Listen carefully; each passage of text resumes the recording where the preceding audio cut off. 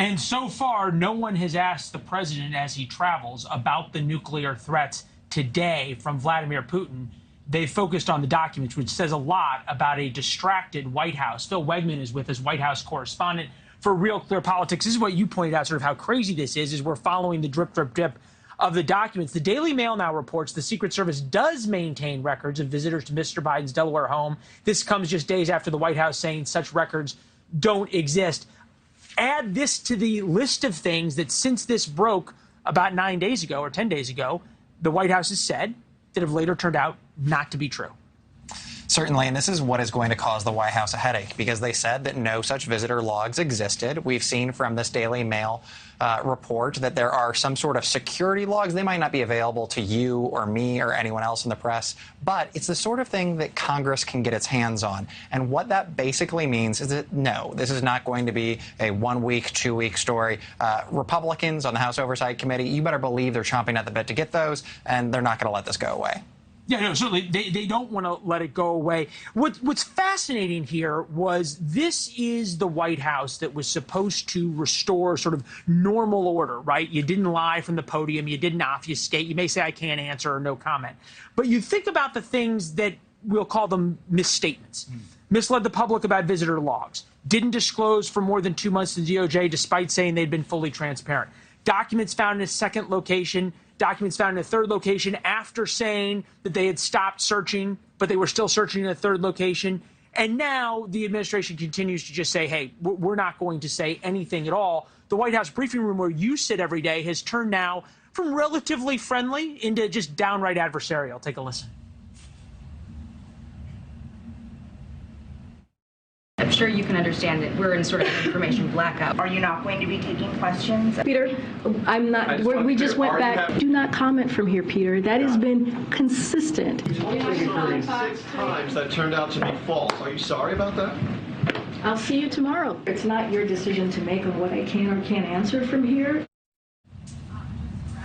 Is the romance between the Biden White House and certain members of the press corps now officially over?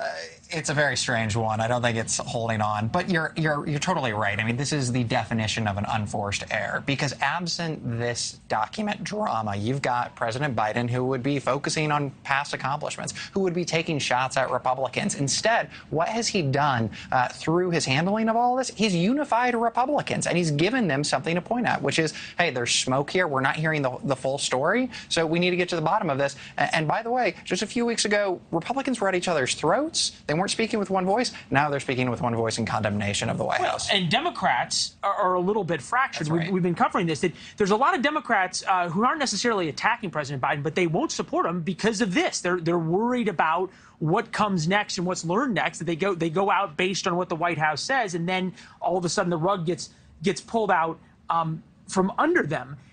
We talked about how for 7 days the president didn't say anything. The Corvette comment was clearly an unforced error, another one.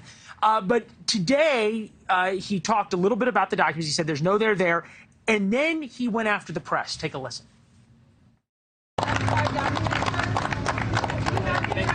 You know, I will answer the question, but here's the deal. You know, what quite frankly bugs me is that we have a serious problem here we're talking about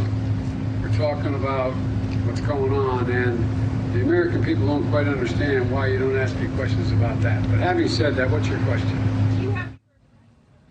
You know, I don't know about you, Phil, but I am old enough to remember when attacking the media was attacking democracy.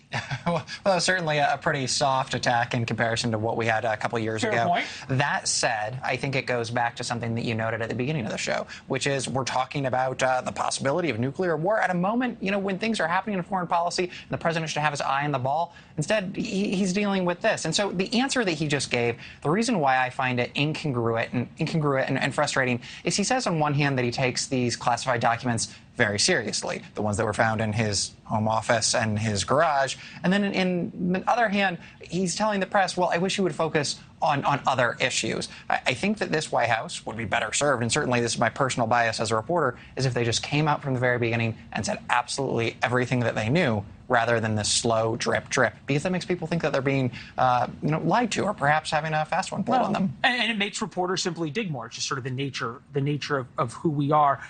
Post documents Biden approval number at 40%. We're heading back down, certainly to the lows. Is there a plan that you have heard of for the White House to get out of this? Are you hearing anything from either on the foreign policy side or domestically from the Ron Klain crew of how do we try to pivot away from this? Because the special counsel could go on for certainly for months. Well, the byword is that the president's going to keep on doing the business of the American people, Bill Clinton said the same thing. As if he wasn't going to continue to do so. But yeah, there is not a moment for him to spike the football or do a victory lap.